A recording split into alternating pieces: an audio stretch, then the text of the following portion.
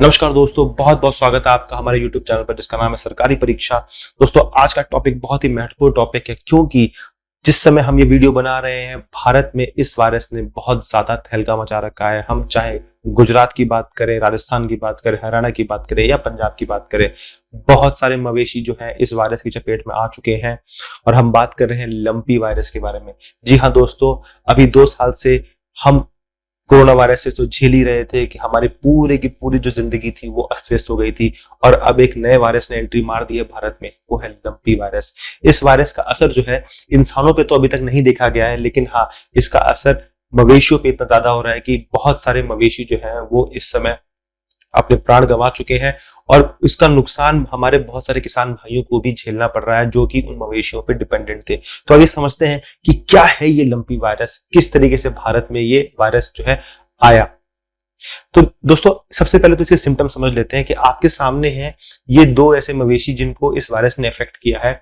तो आप देख सकते हैं कि ये छोटे छोटे जो है धब्बे से इनके शरीर में बन चुके हैं। ये एक्चुअली में क्या है, ये है लिम्फ नोड्स। जैसे लिम्फ नोड्स हमारी बॉडी में होते हैं और वो lymph nodes white blood cells को पैदा करते हैं, वैसे ही ऐसे लिम्फ नोड्स बाकी जानवरों में भी होते हैं, मवेशियों में भी होते हैं। तो आप देख सकते हैं कि इस वायरस की प्रेजेंस की वजह से इनके जो लिम्फ नोड्स हैं वो स्वेल कर चुके हैं और इस स्वेलिंग की वजह से इनकी बॉडी जो है वो वीक हो जाती है। जिस जिस काम के लिए जो है उनका पालन पोषण किया जाता है वो काम नहीं कर पाते। अगर कोई गाय है तो वो उसकी दूध देने की जो क्षमता है वो बहुत गिर जाती है, या फिर अगर कोई बुल है तो उसको खेत में जो काम करने की क्षमता थी वो बहुत ज्यादा जो है कम हो जाती है। और इफेक्टिवली धीरे धीरे इनका मसल लॉस, वेट लॉस होना शुरू होता है और ये अपने प्राण गंवा देते हैं।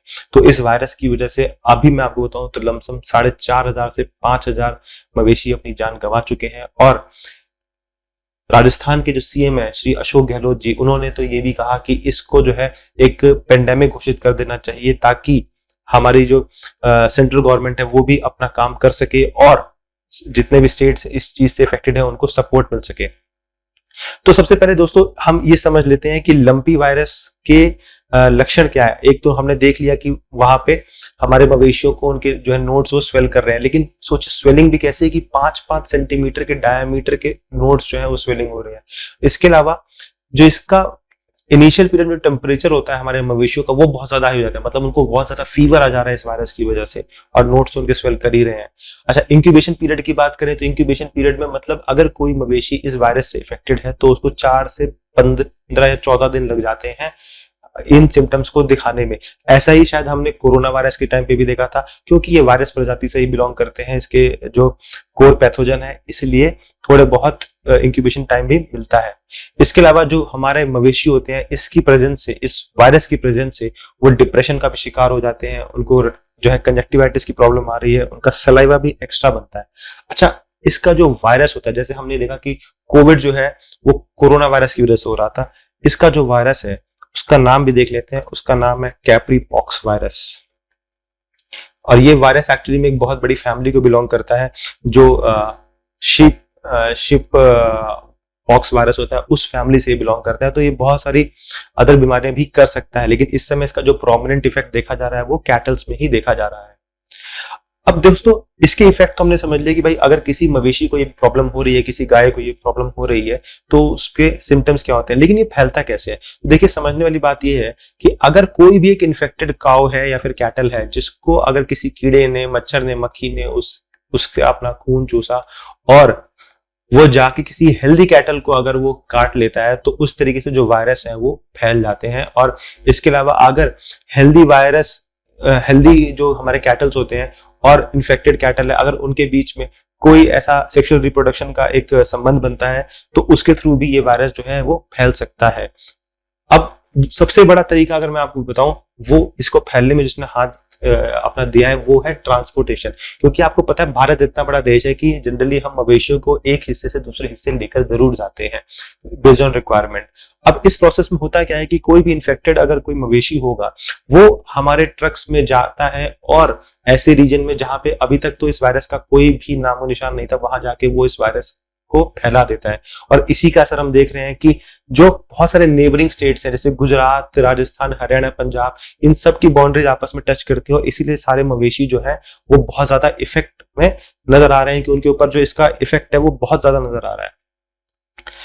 दोस्तों, अगर पिछले 16 महीने की बात करें तो लमसम 15 स्टेट्स में इस वायरस की प्रेजेंस को देखा गया है और स्टार्टिंग हुई थी 2019 में। इसका मतलब ये वायरस जो है भारत में पहली बार इसके जो अवशेष हैं वो 2019 में पाए गए थे। और अगर दुनिया की बात करें तो सन 2005 में इस वायरस के जो है सबसे पहली बार इसके अवशेष मिले थे हमें। कहाँ पे?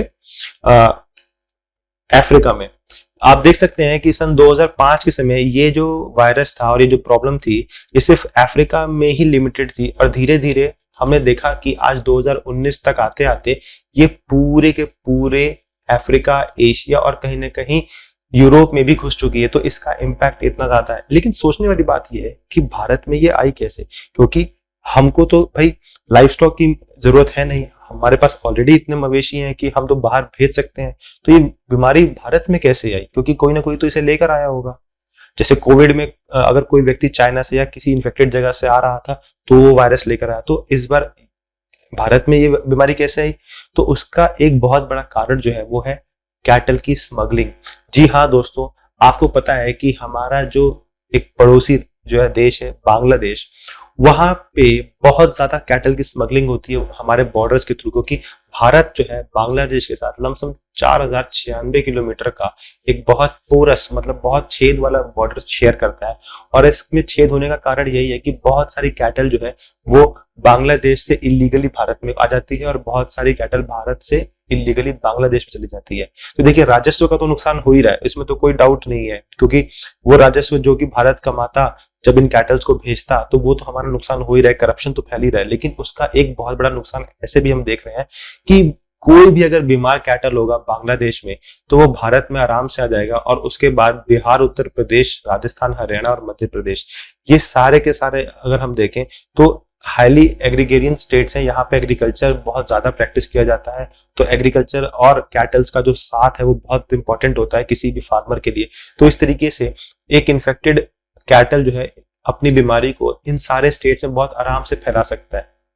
तो एक इसका भी एक बहुत इंपॉर्टेंट रिजल्ट हम देख रहे हैं इस समय, क्योंकि बहुत ज्यादा पॉसिबिलिटी है। भारत में जितने भी साइंटिस्ट हैं वो यही कह रहे हैं कि इस बीमारी का भारत में 2019 में आने का जो कारण था वो कहीं ना कहीं स्मगलिंग है ही लगता है, क्योंकि पहली बार ये बीमारी देखी भी गई थी वेस्ट बंगाल, उड़ीसा के रीजन में ही।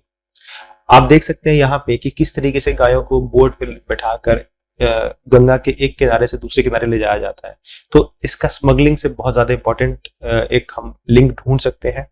अब हम यही कोशिश कर रहे हैं। हमने देखा है कि जो बहुत सारी गवर्नमेंट से, सेंट्रल गवर्नमेंट से भी रिक्वेस्ट कर रही हैं और हाल ही में जो हरियाणा के मुख्यमंत्री हैं श्री मनोहर लाल खट्टर जी, उन्होंने तो अपने सारे गवर्नमेंट स्टाफ को ये डायरेक्शन दे दिया है कि जिस तरीके से कोविड से लड़ाई लड़ी गई हरियाणा स्टेट में, उसी तरीके से इस बीमारी से भी लड़ा जाएगा और जितने भी कैटल हैं स्टेट में सबको जो है वैक्सीनेशन प्रोवाइड कराया जाएगा। हम आशा करते हैं कि बाकी के जो राज्य हैं वो भी इसी तत्परता से अपने कैटल्स को जो है वैक्सीनेट करेंगे, ताकि जो हमारे किसान भाई हैं वो ऑलरेडी जो है मौसम की चपेट में कई बार आ जाते हैं। हम नहीं चाहते कि उनको एक बीमारी की वजह से जो कि बचाई जा सकती है उनको और नुकसान हो और उनकी लाइफ पे और इम्पैक्ट पड़े। तो दोस्तों इसी के साथ करते हैं इस वीडियो का समापन। आशा करता हूं कि आपको ये वीडियो अच्छी लगी होगी। प्लीज वीडियो को लाइक जरूर करें, वीडियो को शेयर करें अपने दोस्तों में। ऐसी इन्फॉर्मेशन जानी चाहिए, लोगों को मालूम होना चाहिए कि हम ही नहीं हमारे कैटल्स भी जो है वायरस की प्रॉब्लम से परेशान है।